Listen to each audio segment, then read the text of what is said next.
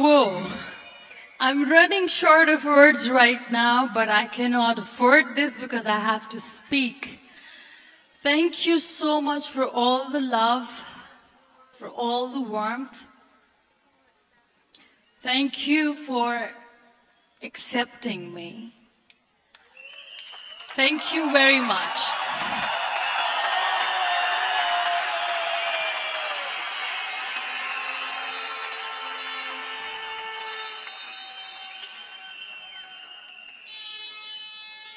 Well, I always start my talk with a disclaimer.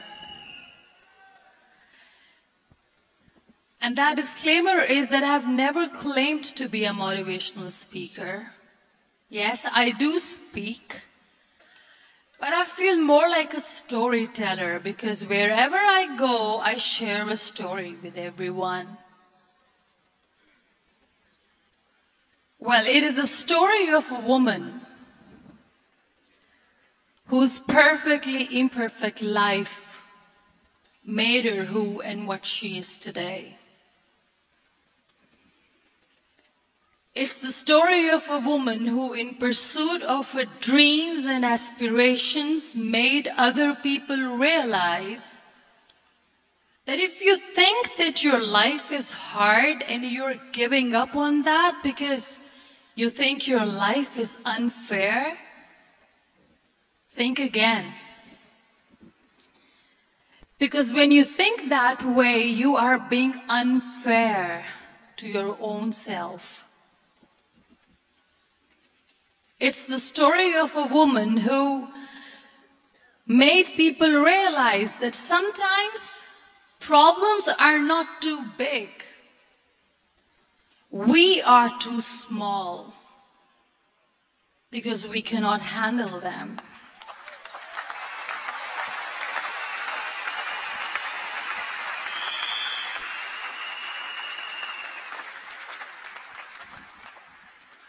It is the story of a woman who with time realized that real happiness doesn't lie in success, money, fame.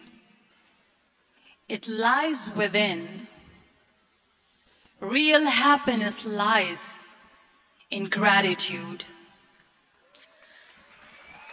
So I am here and I'm going to share the story of that woman. That is my story. The story of gratitude.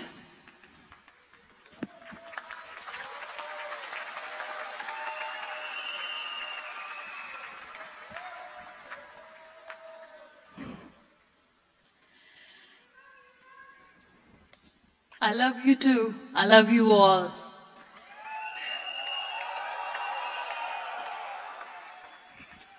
I believe in the power of words. Many people speak before they think. But I know the value of words. The words can make you, break you, they can heal your soul, they can damage you forever. So I always try to use the positive words in my life wherever I go. They call it adversity, I call it opportunity. They call it weakness, I call it strength. They call me disabled, I call myself differently abled. They see my disability.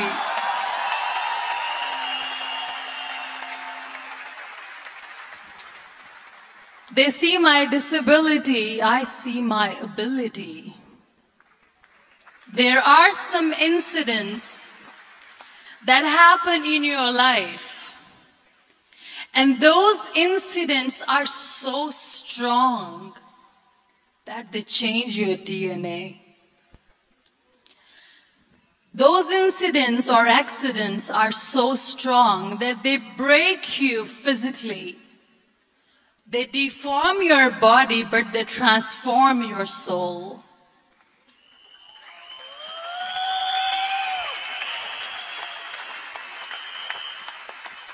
Those incidents break you, deform you, but they mold you into the best version of you.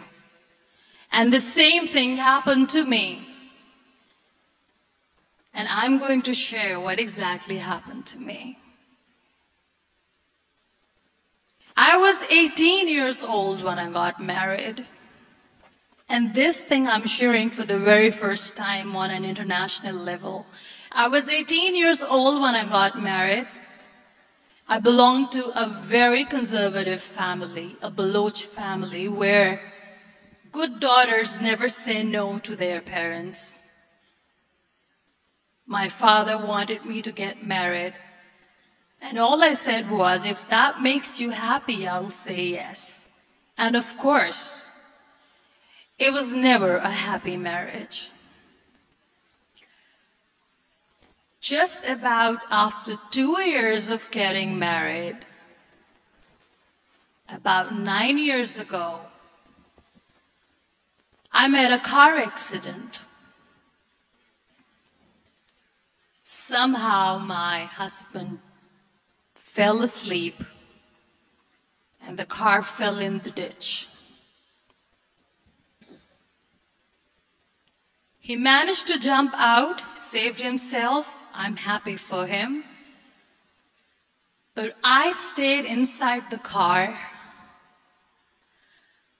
and I sustained a lot of injuries. The list is a bit long. Don't get scared. I'm perfectly fine now.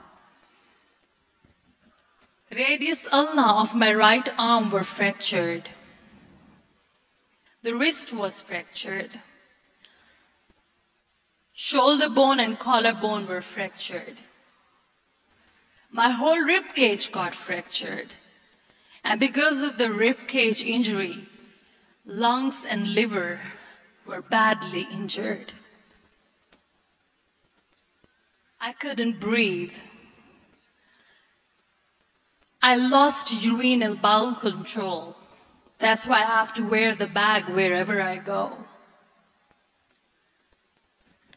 But that injury that changed me and my life completely as a person and my perception towards living my life was the spine injury.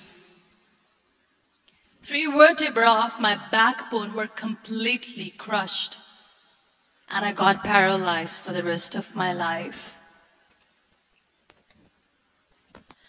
So this accident took place in a far-flung area in the outskirts of a very small province, Balochistan, where there was no first aid, no hospital, no ambulance.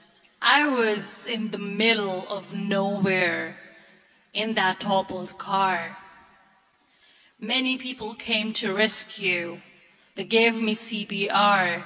They dragged me out of the car. And while they were dragging me out, I got the complete transection of my spinal cord.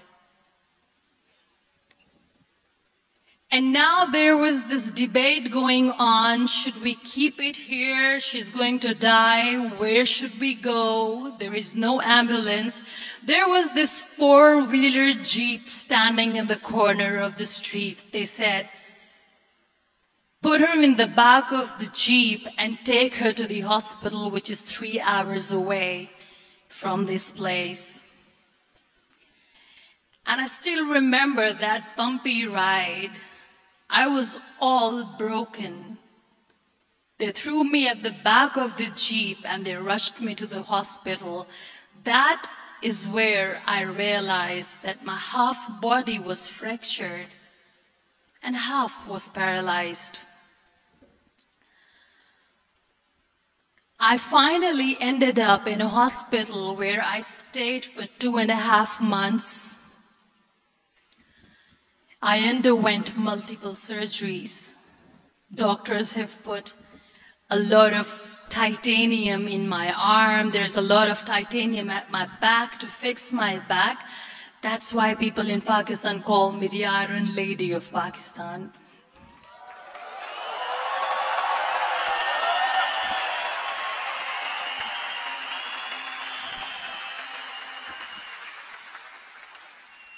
Sometimes I wonder how easy it is for me to describe all this all over again. And somebody has rightly said that when you share your story and it doesn't make you cry, that means you have healed.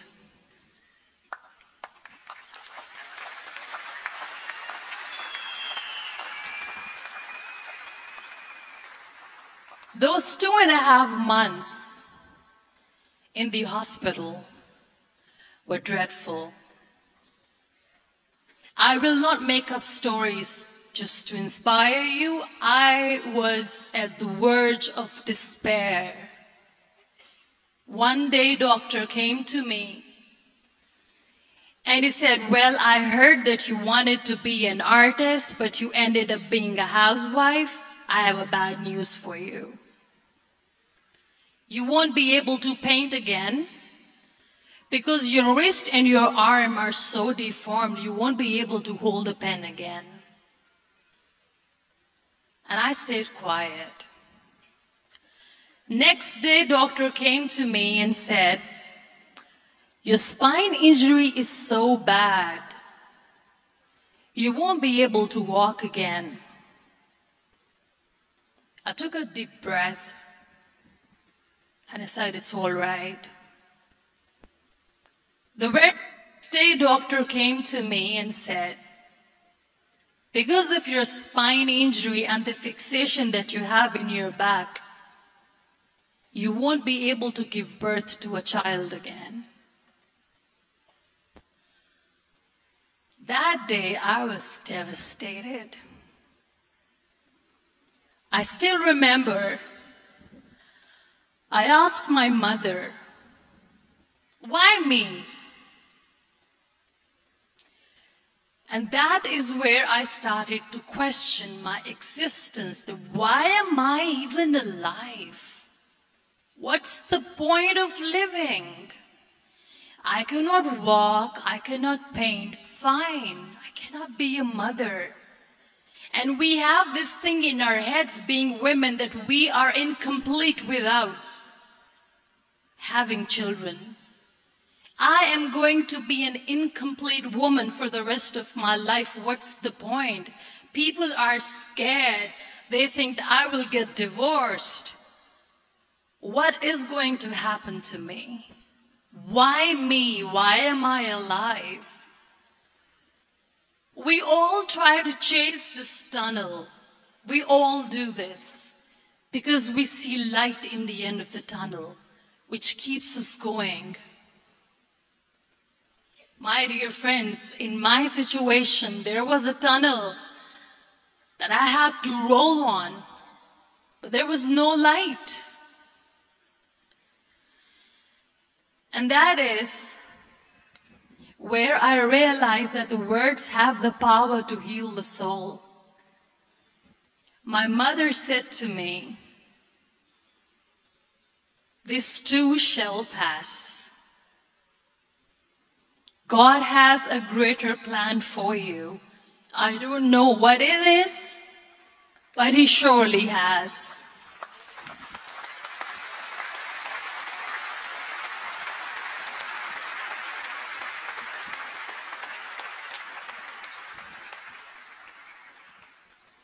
And in all that distress and grief, somehow or the other, those words were so magical that they kept me going. I was trying to put that smile on my face all the time, was hiding. It was so hard to hide the pain, which was there. But all I knew was that if I will give up, my mother and my brothers will give up too. I cannot see them crying with me. So what kept me going was, one day I asked my brothers, I know I have a deformed hand, but I'm tired of looking at these white walls in the hospital and wearing these white scrubs. I'm getting tired of this. I want to add more colors to my life. I want to do something. Bring me some colors. Bring me some small canvas. I want to paint. So the very first painting I made was on my deathbed, where I painted for the very first time. It was not just an art piece or just my passion. It was my therapy. What an amazing therapy it was. Without uttering a single word, I could paint my heart out. I could share my story. People used to come and say, "What lovely painting, so much color." Nobody could see the grief in it. Only I could. So that's how I spent 2.5 months in my hospital, crying, never complaining or whining, but painting. And then I was discharged, and I went back home. And I went back home, and I realized that I have developed a lot of pressure ulcers on my back and on my hip bone. I was unable to sit. There were a lot of infections in my body, a lot of allergies. So doctors wanted me to lie down on the bed straight for not 6 months, for not 1 year, for 2 years. I was bedridden, confined in that one room, looking outside the window, listening to the birds chirping, and thinking maybe there will be a time when we'll be going out with the family and enjoying the nature. That was the time where I realized how lucky people are, but they don't realize.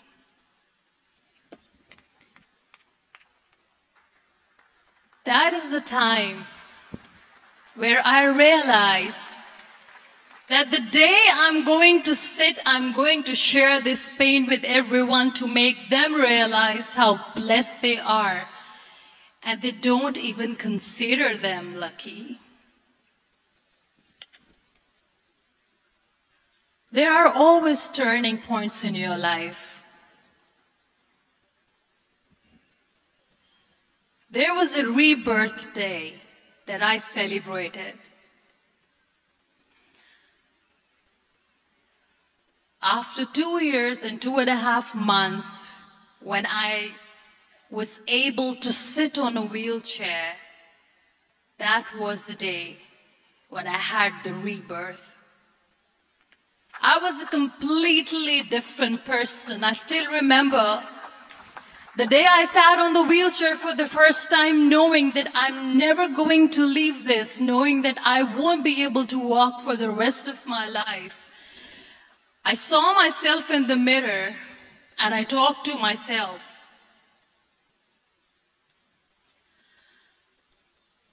And I still remember what I said.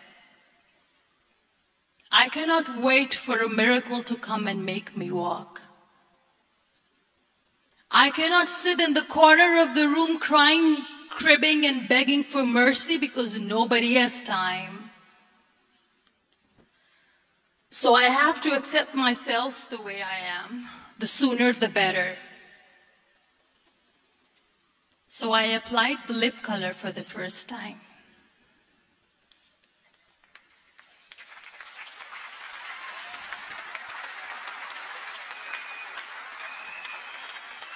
And I erased it. And I cried.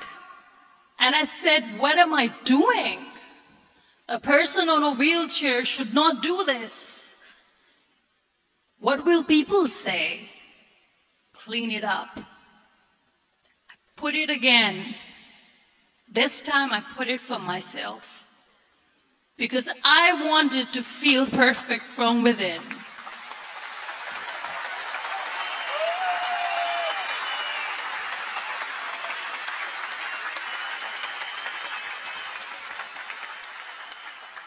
And that day I decided that I'm going to live life for myself. I am not going to be that perfect person for someone. I am just going to take this moment and I will make it perfect for myself.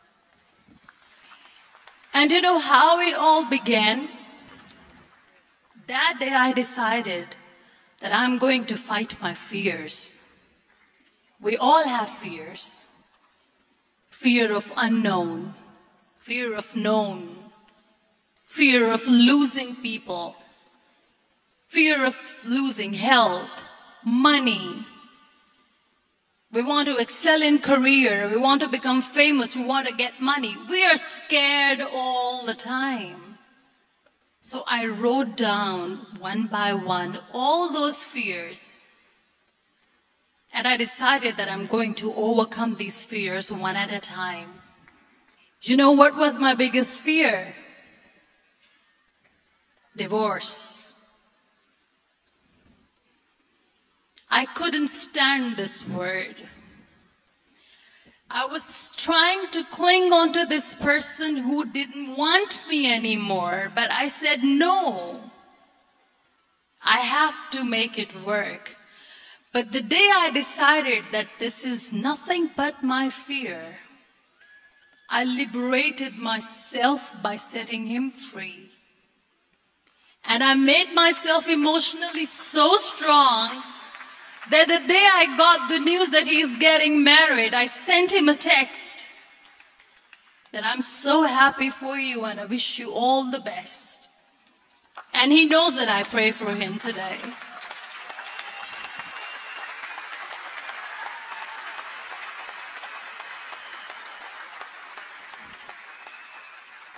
My biggest fear, number 2, was I won't be able to be a mother again. And that was quite devastating for me. But then I realized there are so many children in the world, all they want is acceptance. So there is no point of crying, just go and adopt one. And that's what I did.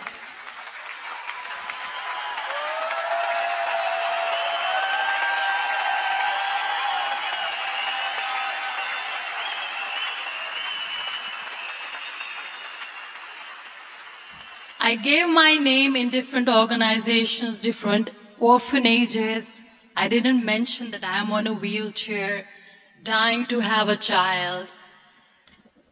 So I just told them that this is Muniba Mazari and she wants to adopt a boy or girl, whatsoever, but I want to adopt a kid. And I waited patiently. 2 years later, I got this call from a very small city in Pakistan. I got a call and they said, "Are you Muniba Mazari?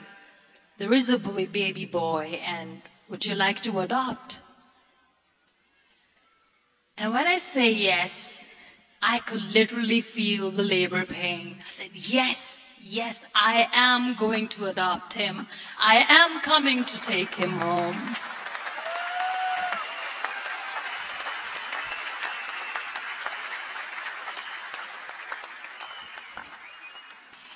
And when I reached there, the man was sitting and he was looking at me from head to toe. And in back of my head, I kept thinking that, oh my God, he is going to say she's on the wheelchair, she doesn't deserve it. How is she going to take care of him? And I looked at him and I said, do not judge me because I'm on the wheelchair. But you know what he said? He said, I know you will be the best mother of this child. You both are lucky to have each other.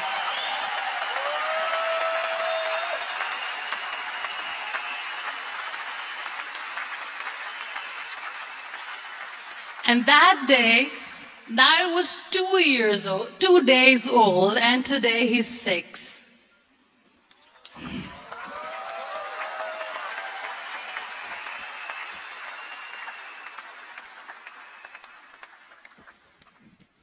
You'll be surprised to know another bigger fear that I had in me. It was facing people. I used to hide myself from people. When I was on bed for 2 years, I used to keep the door closed. I used to pretend that I'm not going to meet anyone, tell them that I'm sleeping. You know why? Because I couldn't stand that sympathy that they had for me. They used to treat me like a patient. When I used to smile, they used to look at me and say that, "You're smiling, are you okay?" I was tired of this question being asked, "Are you sick?" Well, a lady yesterday at the airport asked me, "Are you sick?" And I said, well, besides the spinal cord injury, I'm fine, I guess.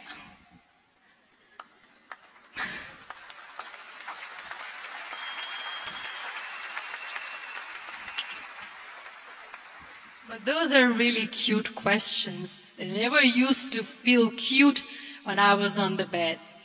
So I used to hide myself from people, knowing that, oh my God, I'm not going to see that sympathy in their eyes. It's all right. And today I'm here speaking to all these amazing people because I have overcome the fear.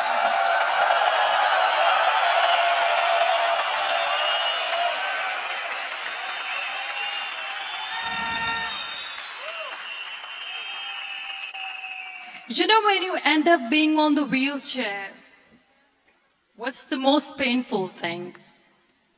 That's another fear that people on the wheelchair, or the people who are differently abled, have in their hearts, but they never share. I'll share that with you. The lack of acceptance. People think that they will not be accepted by the people because we, in the world of perfect people, are imperfects. So I decided that instead of starting an NGO for disability awareness, which I know will not help anyone, I started to appear more in public. I started to paint. I always wanted to. I have done a lot of exhibitions. I'm Pakistan's first wheelchair-bound artist. I have done a lot of modeling campaigns, different campaigns for brands like Tony and Guy.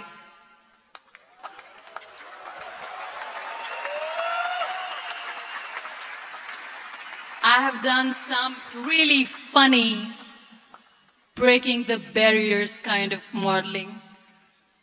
There was this one by the name Clown Town where I became a clown because I know that clowns have hearts too.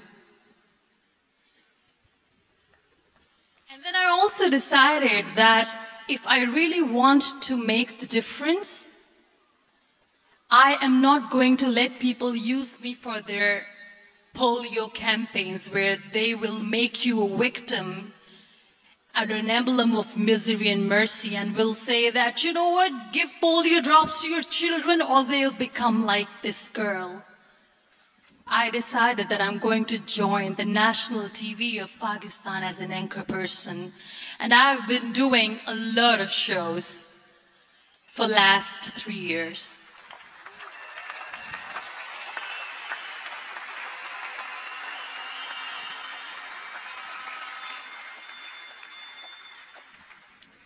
So when you accept yourself the way you are, the world recognizes you.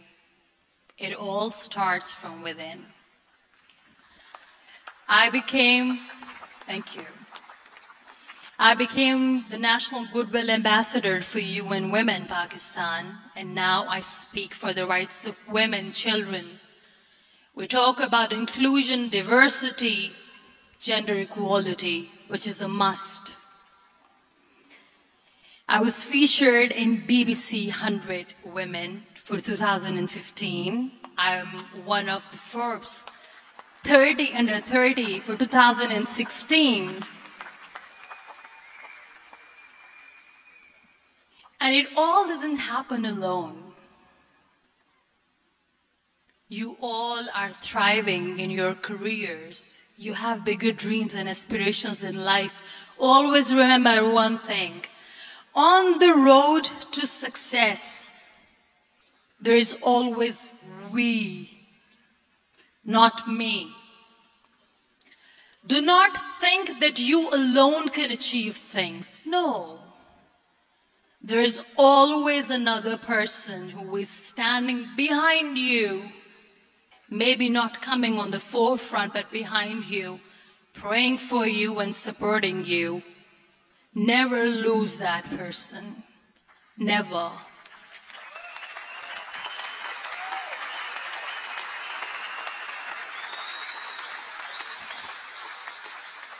No matter how much I say that I couldn't find a hero, so I became one, I still want to recognize those 3 people in my life who literally changed my life completely, and I get inspiration from them every single day. Walid Khan.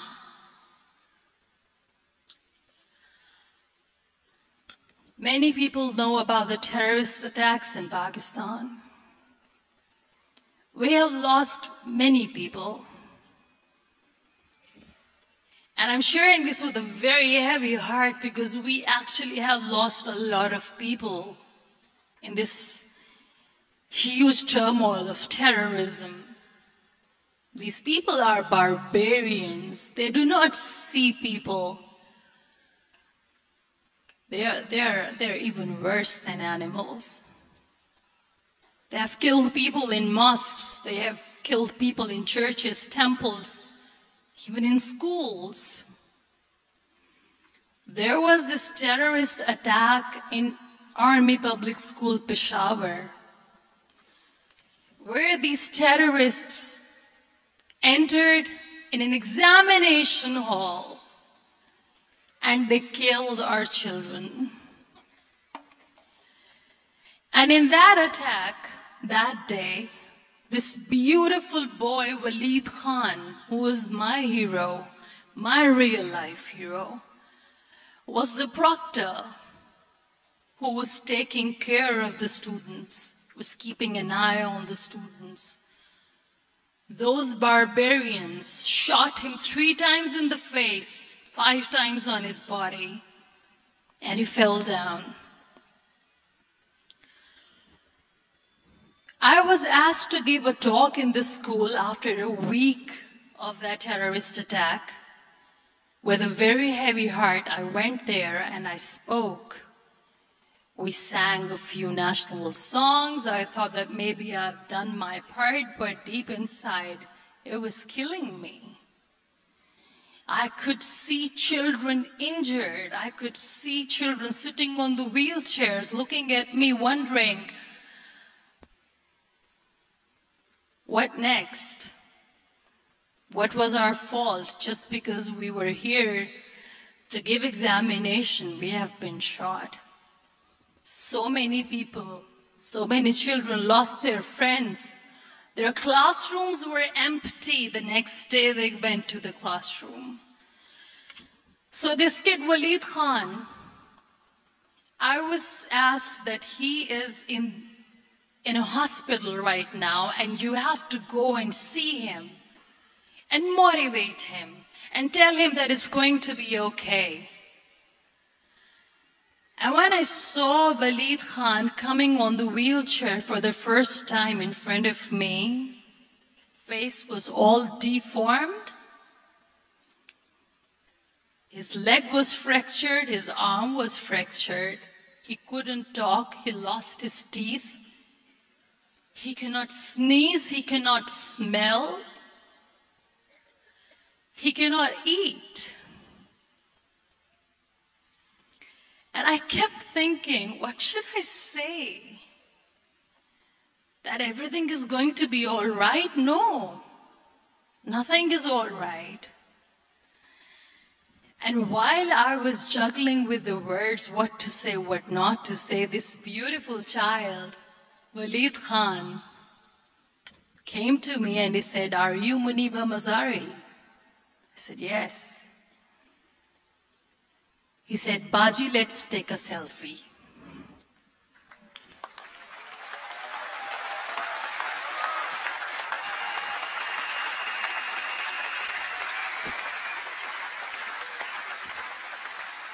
And with that beautiful toothless smile of Walid Khan, we took that beautiful selfie that I still have with me.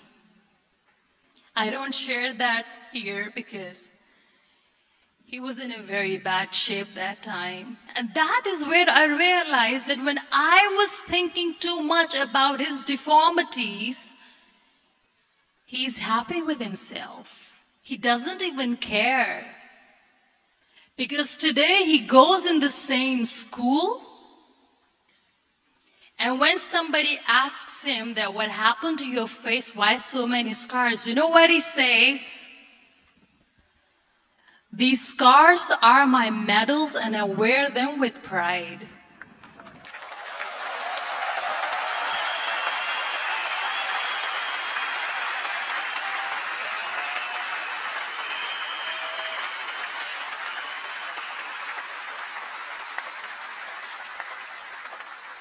And how beautifully he says that terrorists wanted me not to study. I am going to study. I will become a doctor one day.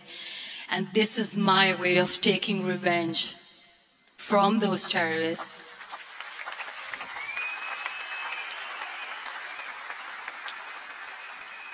Another real-life hero, of course, my son. His name is Nile. N-I-L-E, River Nile. I learned so much from this kid. The first and foremost thing is patience. How to be patient when you know that your mother cannot walk, when you know that your mother is different from the other women, when you know that your mother cannot go out and play with you, how to stay calm. He loves football. And when we got the very first football, he was 4 years old. He was super excited. I still remember he came in the room and he said, "Mom, let's play football." And he kept the ball in my feet. And he said, "Let's kick it." And that day I felt disabled. I said, "I cannot kick the ball." And I was down with the same face. He looked at me and he said, "Well, that's all right. Your legs are not working, but your hands do. Let's play catch the ball."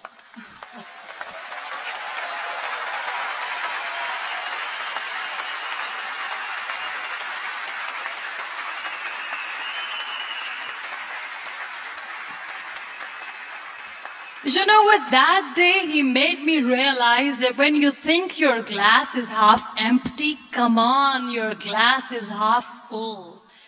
It's all in here and here.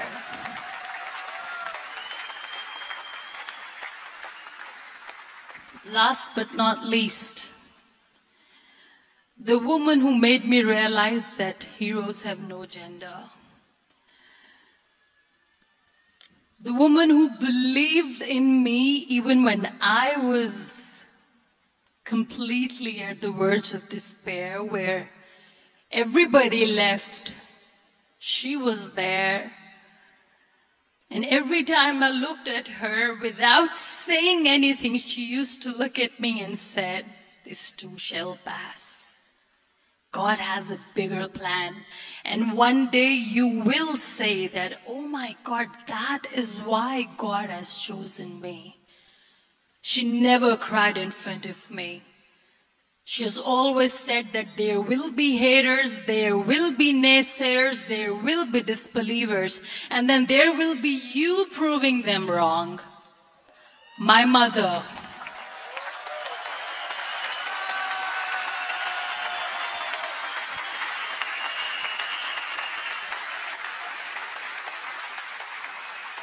Whatever I am today, I'm nothing without her. I'm nothing without her. Thank you, Mama. I wish you were here. Thank you for making me who I am today.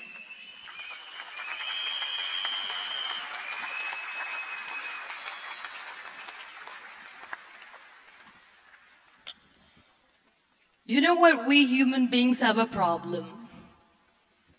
Out of many problems, there is one more, and this is self-created one. We always expect ease from life. We have this amazing fantasy about life. This is how things should work. This is my plan. It should go as per my plan. If that doesn't happen, we give up. So my dear friends, let me tell you one thing. I never wanted to be on the wheelchair. Never thought of being on the wheelchair. I was always aspiring to do bigger things, but had no idea that for that I have to pay the price to be where I am today. It's a very heavy price. This life is a test and a trial, and tests are trials are never supposed to be easy. So when you are expecting ease from life, and life gives you lemons, then you make the lemonade, and then do not blame life for that, because you were expecting ease from a trial. Trials make you a stronger, better person. Life is a trial, and with time you realize that.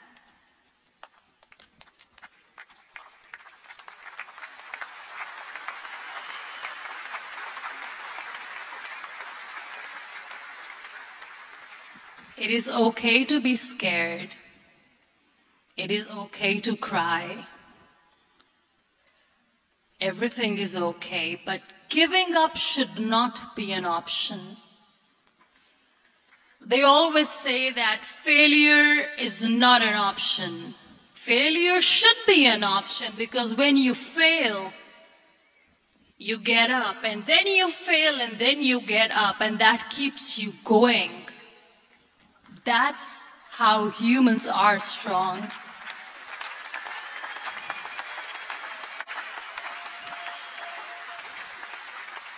Failure is an option, should be an option, but giving up is not. Never. We have this thing in minds. We call it perfection. We want everything perfect. We want ourselves to be perfect. There is this image in our head about everything. Perfect life, perfect relationships, perfect career, perfect amount of money that we need to earn no matter what. Nothing is perfect in this world. We all are perfectly imperfect, and that is perfectly all right. That's all right. We were sent here not to become the perfect people. Those people who tell you how to look perfect, even those people are imperfect. Trying to fight this fear of looking imperfect. I used to be perfect. I still remember. I got this compliment years ago when I used to walk. Oh my God, look at you. You're fair, you're tall, you're perfect. Look at me now.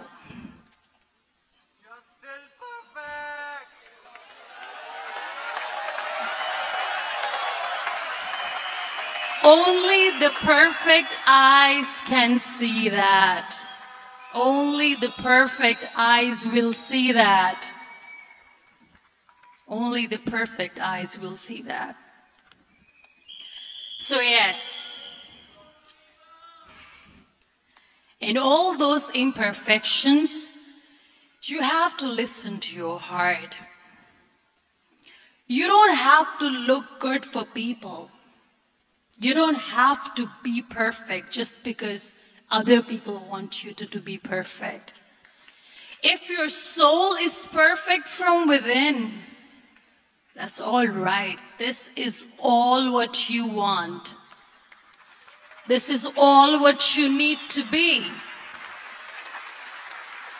Our society has made very weird kind of norms to look perfect and great. For men, it's different. For women, it's different. We think too much about what people say. We listen to ourselves too little. You know what makes you perfect? When you make someone smile. You know what makes you perfect? When you try to do something good for the people around you. You know what makes you perfect? When you feel someone's pain. And how beautiful pain is that it connects you with people. No other medium can connect you with others but pain. That's why I always say that I'm in pain, and that's a blessing in disguise for me. Today, just because I'm in pain and I'm on the wheelchair, I work for children. Being the head of CSR for a company, we conduct medical camps in far-flung areas of Pakistan where so many kids die because they don't have medical facilities. And I personally believe just because they cannot afford to live doesn't mean we'll let them die. So we give them money, we give them medical treatment, we try to heal their wounds, physical and emotional. And I also work for the beautiful people, we call them third gender, the transgender community of Pakistan. You know what connects me with them? All my imperfections. When I go and I hug them, they never judge me. And this very good friend of mine, her name is Bijli. Bijli means electricity. She calls herself electricity. And I said, are you electricity? She says, no, I'm lightning. I'm as strong as lightning.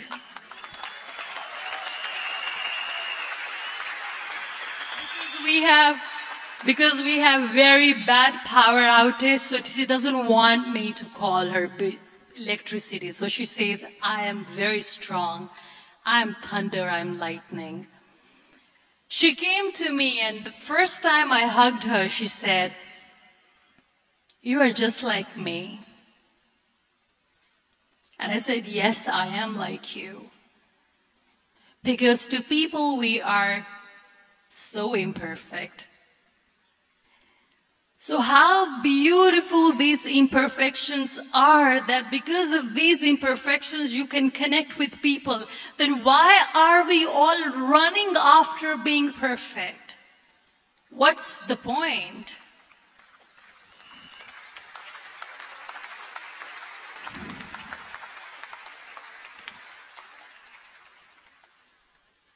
Every time I go in public, I always smile. There's always a big toothy smile on my face, and people ask me, don't you get tired of smiling all the time?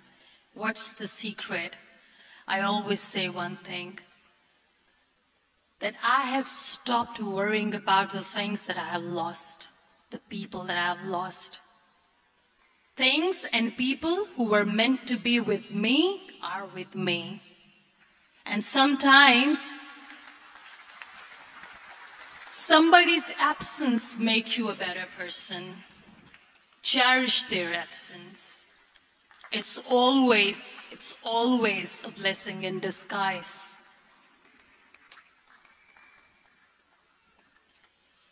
I always say that people are so lucky they don't even realize. You must be thinking, okay, you're lucky in what sense? Well, the breath that you just took was a blessing.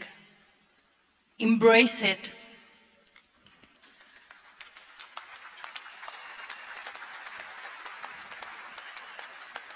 There are so many people in the world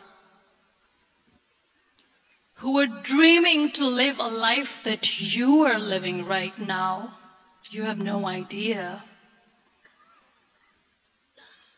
Embrace each and every breath that you are taking. Celebrate your life. Live it. Don't die before your death. We all die.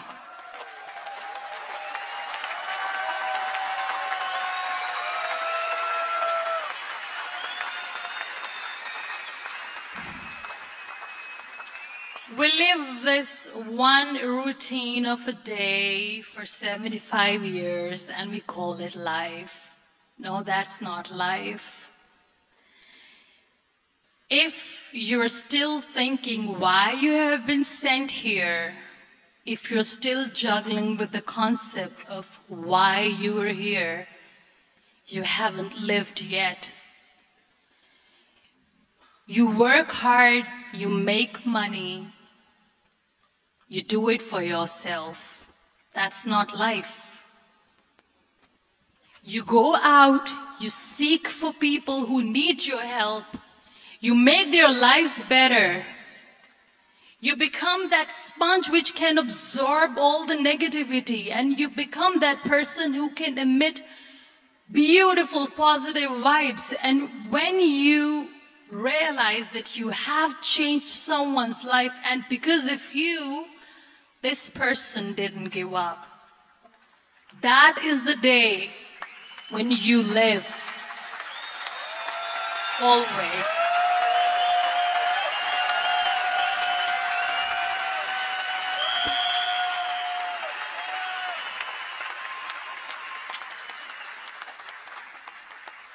We were talking about gratitude, why I smile all the time. I cry all night when nobody sees me, because I'm a human and I have to keep the balance. And I smile all day because I know that if I will smile, I can make people smile. That keeps me going.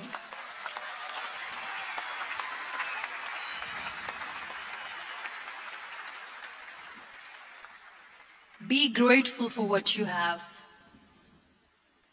And you will always, always end up having more. But if you'll cry and if you'll crib for the little things that you don't have or the things that you have lost, you will never ever have enough.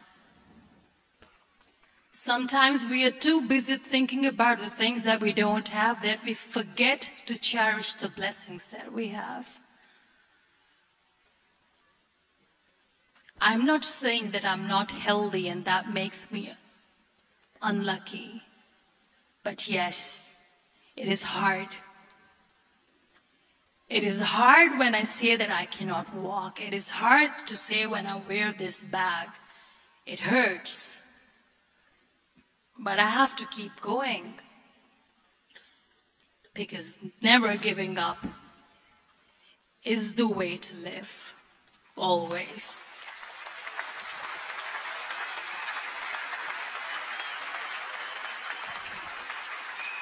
So I'll end my talk on a very short note.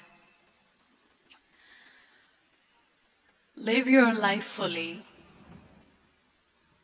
Accept yourself the way you are. Be kind to yourself. Be kind to yourself. I'll repeat, be kind to yourself, and only then you can be kind to others. Love yourself and spread that love. Life will be hard. There will be turmoils. There will be trials, but that will only make you stronger. Never give up. The real happiness doesn't lie in money or success or fame. I have this all. I never wanted this. Real happiness lies in gratitude. So be grateful, be alive, and live every moment. Thank you so much, everyone. Thank you.